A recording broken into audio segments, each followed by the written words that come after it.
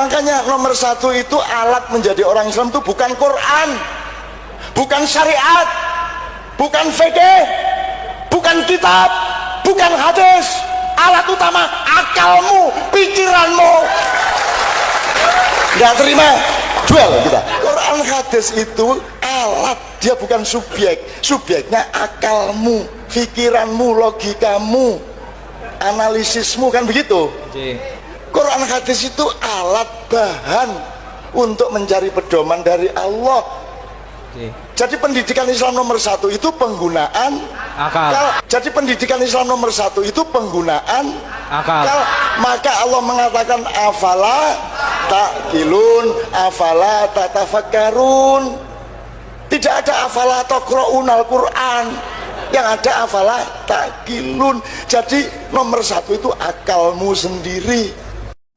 Sering saya sampaikan, akal itu adalah suatu alat yang luar biasa, indera yang luar biasa, namun dia punya keterbatasan. Dia punya keterbatasan. Maka dia butuh wahyu, ibarat akal seperti mata dan wahyu adalah lentera, cahaya yang harus membimbing mata tersebut.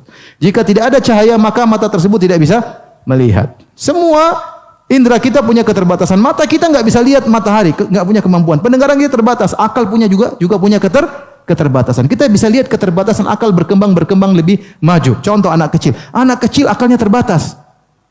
Saya tadi pagi baru melarang anak saya jangan main game. Dia bilang, aduh, kenapa ini game? Kita mau jelaskan ini begini, ini melanggar syariat. Gimana dia mungkin paham? Dia nggak paham. Saya sering sampaikan contoh. Kalau saya tanya sama antum, saya pernah tanya sama jamaah, antum tahu nggak gimana video call bisa berjalan?